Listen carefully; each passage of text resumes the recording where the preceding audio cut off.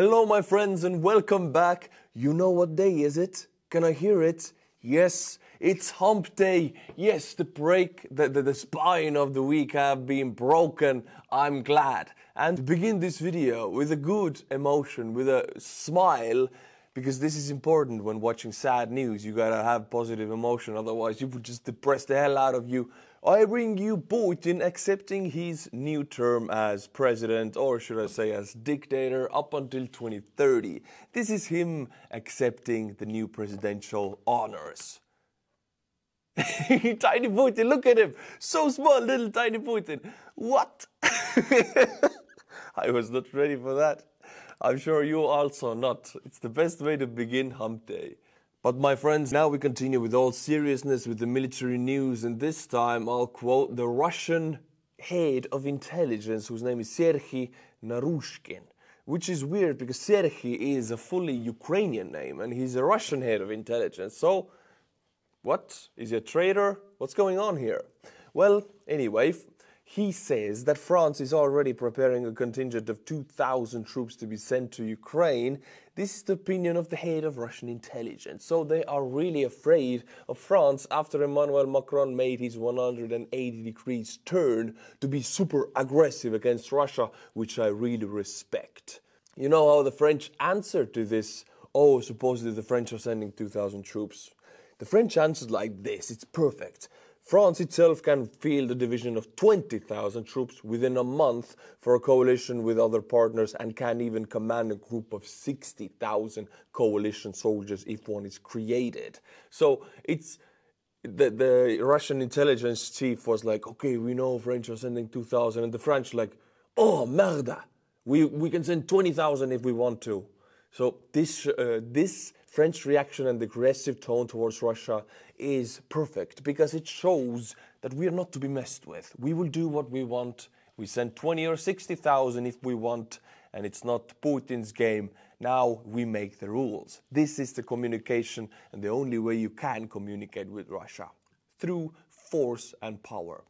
How is the Russian civil war going? How is the democratic forces doing in the Belgorod region? They have liberated a few settlements, and only now, only today, Russia started evacuating the Belgorod civilians from the areas. They have been bombarded by Russia and by Ukraine. Both sides are bombarding that area for 1.5 weeks straight already, and only now the decision came. This shows you how little the Russian system cares actually about its people. Well, they don't at all. Also, the evacuations are Russian leadership's admitting that they cannot push back this democratic forces invasion of Russia. They're not able to push back, they're not able to defend against it. All they can do is evacuate the civilians. This is their official admittance that this is happening, and they have no antidote for it. According to the leader of the Russian Volunteer Corps, Russia has amassed 30 to 35,000 troops against the Russian Volunteer Battalion and the Siberian Battalion in Belgorod region. But most of these troops are actually conscripts and very undertrained troops. They're not the same level troops that are fighting in Ukraine. Yes, there are conscripts sent to fight against these semi-special forces of Russian Volunteer Corps who have night vision, thermal vision, they have all special forces equipment, they have trained for 2 years straight now, they have battle experience. So these 35,000 troops have no match. This comes from the fighters of the Russian Volunteer Corps. They are saying that, especially in that area, in the Belgorod area, the contingent that Russia has sent against them is very undertrained. Now Russia, unable to push it back like in Grinki over the Dnipro, you know, the bridgehead of Ukrainians, what they do there is just bombard it blindly and hope something hits. Well, that's all they can do, and now they have resulted the same thing in their own territory, in the border settlements of Kraivoron, in Kozinka, for example, which are liberated by the Russian Volunteer Corps. Russians have decided to just bombard these cities to the ground. Just bombard them to the ground. It has worked before for them. It worked in Grozny in the Second Chechen War. It worked in Mariupol for them. And now they're doing it to their own citizens who have not yet been evacuated. Yes, they're bombarding their own people. My friends, this is Kozinka, liberated by the Russian Volunteer Corps, and as you can see, this was only 2-3 weeks ago. It was just another Russian border city that has not had any bombardment at all, and now suddenly it's destroyed. Look, everybody's gone. Russians just, like, it's a small village. It's not very hard to bombard it to the ground. The Russians have done it. This is the outcome. This is a Russian village. Yeah.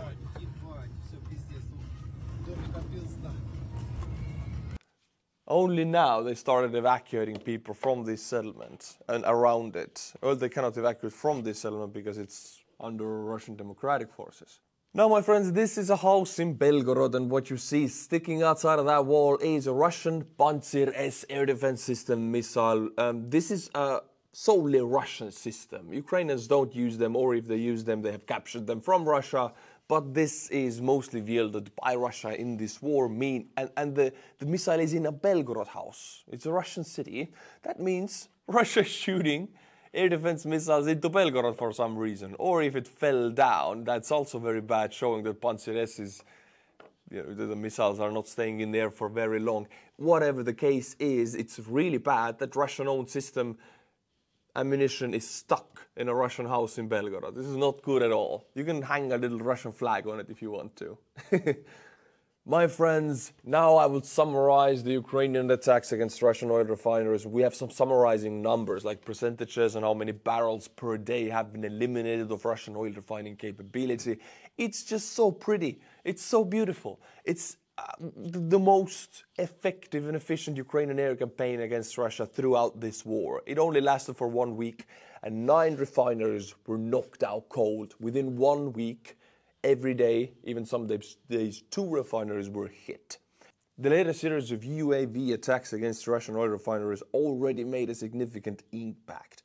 According to JP Morgan Chase, up to 900,000 barrels a day in oil refining capability have been knocked out.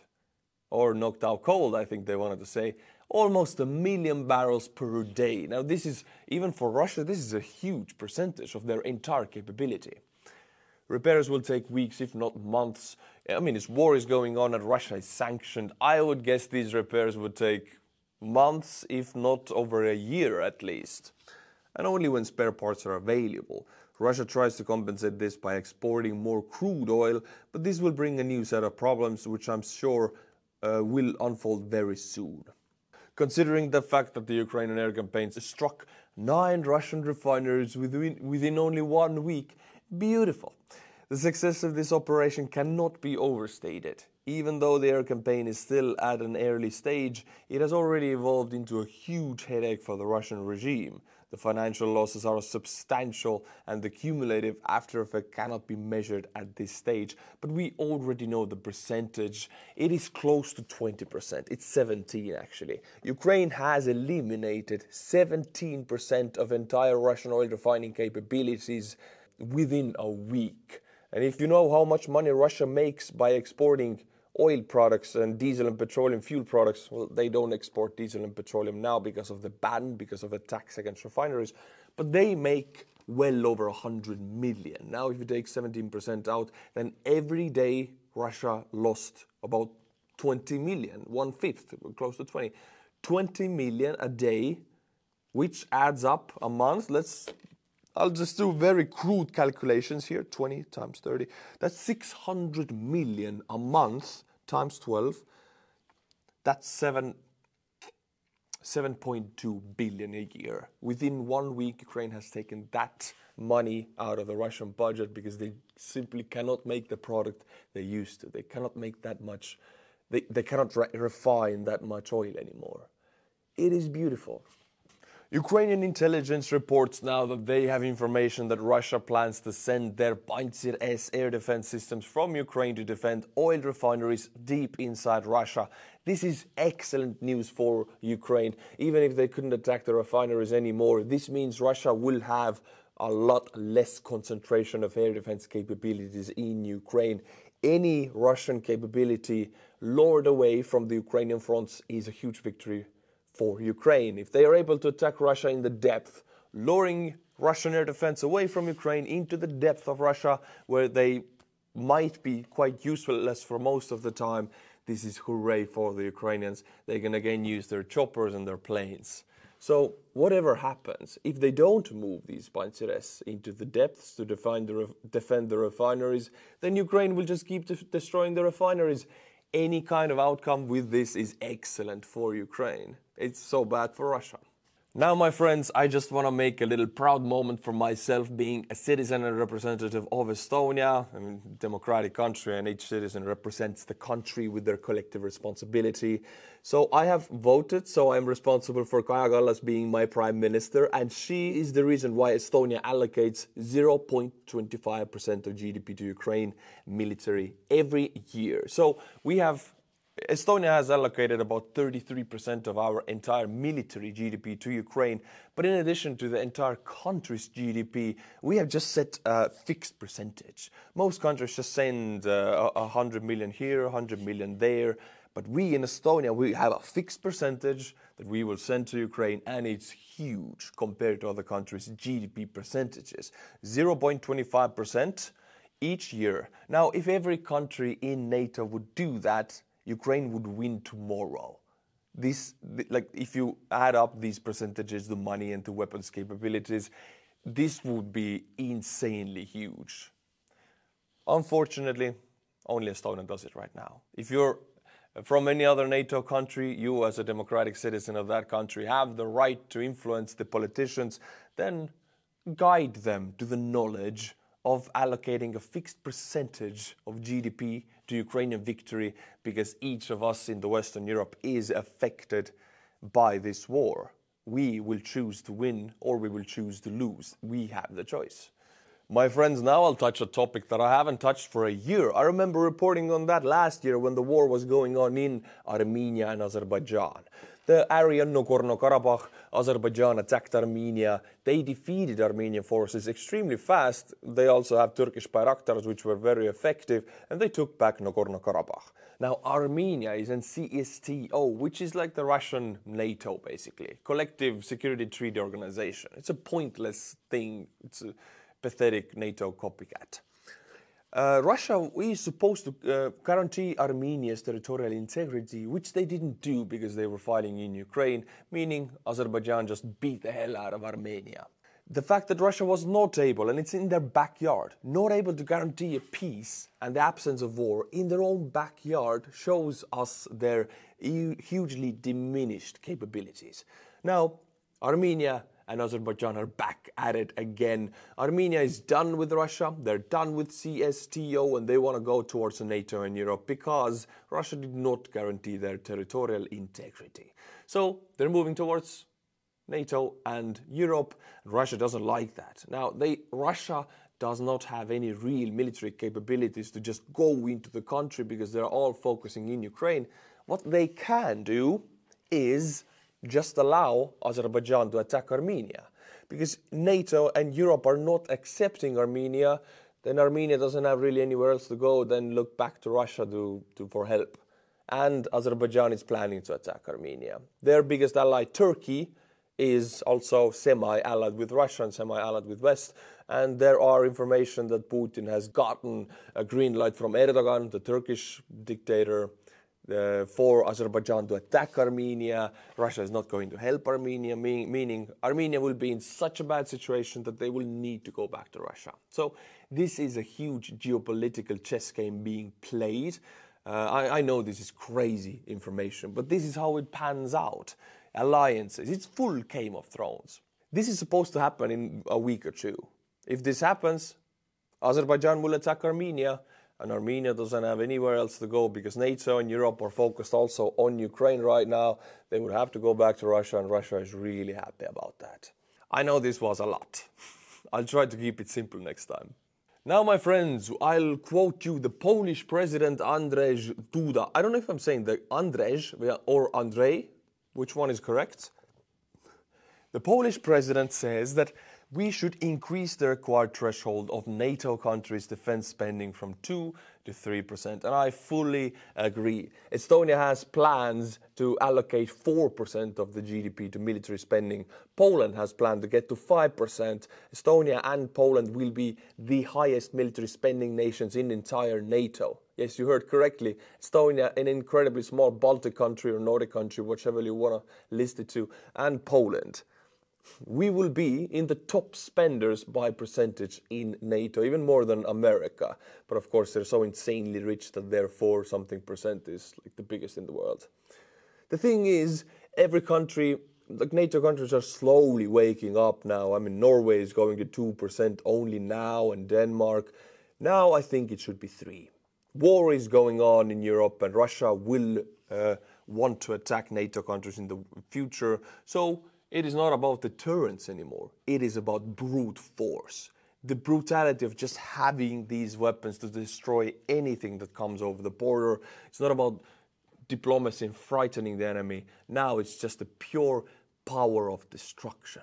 And that is expensive. You just need to buy weapons and ammunition. That's how I think. And I'm glad my country is doing it right. Also, Duda says that accumulate ammunition and produce weapons. Hell yeah. Also says stop Russian aggression at any cost. Right now, otherwise it will spread to other territories and the American money will not be enough to stop Russia. American troops will have to be sent in. Stop Russian aggression at any cost now. At any cost now. Because, you know, my friends, if you have solved any kind of problems, it is the universal truth. A problem arises, you have two choices. I focus on it now and I lose my comfort right now. Or I focus on it later, but then the focusing of it takes a lot more resources because the problem has gotten bigger. Right now, Europe and NATO have the capabilities to contain this cancer, which is Russia, right now, and relatively cheaply compared to what it could evolve into. If we don't do it now, we will pay the price in 5 years 10 times. So I'm with Duda here. We gotta focus any cost right now. This is how I think. And now, my friend, I'll bring you a point from Joni Askola, a NAFO fella from Finland, Suomi mainitu perkele. He is a great OSINT analyst, and he wrote a point about artillery shells being pledged to Ukraine, because we all know Ukraine has an artillery shell shortage and they have been rationing the shells. Well, this is coming to an end, my friends. This is very good news.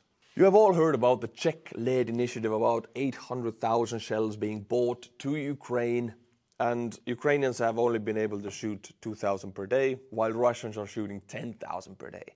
Well, this is about to change because the Czech-led initiative now is not buying 800,000. They are buying 1.5 million shells for Ukraine. Most of them are coming outside of the EU. Now, why is this possible at all, and why wasn't it possible before? Well, because before the EU had the law and the bureaucracy that you cannot buy shells for Ukraine outside of the EU. Well, now they changed it, thank God, and now EU is able to allocate money, billions, to buy shells, Soviet-made shells, Western shells, outside the EU. Most of them will come from South America and from African countries. So you can imagine there might be also some countries that are allied with Russia and just want to make money. But at this point, Ukraine needs these shells. It's a matter of life and death. I wouldn't think about ethics right now. It is about survival. So buy any shell you can. Otherwise, Russia will buy them. It is a war of who buys more shells now, because neither country can make enough of them. So yeah, I'm glad 1.5 million shells are going to Ukraine. And that isn't it. I mean, it's already very good news. But now we also have Germany suddenly being all nice and giggly and friendly, because they also announced a $500 million aid packet for Ukraine, which includes mostly artillery shells. A lot of artillery shells from Germany and from outside of the EU. European countries have woken up and they're finally gathering up everything all across the world for Ukraine. And if these shells, I mean not if, but when these shells arrive, and this should happen within a month, Ukraine is firing its barrels until they're red. I mean, Russia is sending meat. All you gotta do is just fire your barrels and the meat will be destroyed. If you don't have ammunition, that's a robust truth that you cannot destroy the meat that comes over your border. Well, now they will have these shells. Beautiful.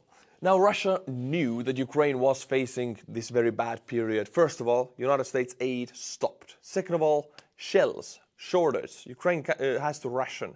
So Russia has been pushing within the last 3 months from everywhere, trying to gain momentum on this dark period of Ukrainian army, and also no mobilization for Ukraine yet. Well, now the fronts have stabilized. Ukraine has almost finished their entire defensive line, their Donbas line in the east and in the south. So it is very good news. Russia has not been able to gain an initiative or use this momentum. And now shells are going to Ukraine.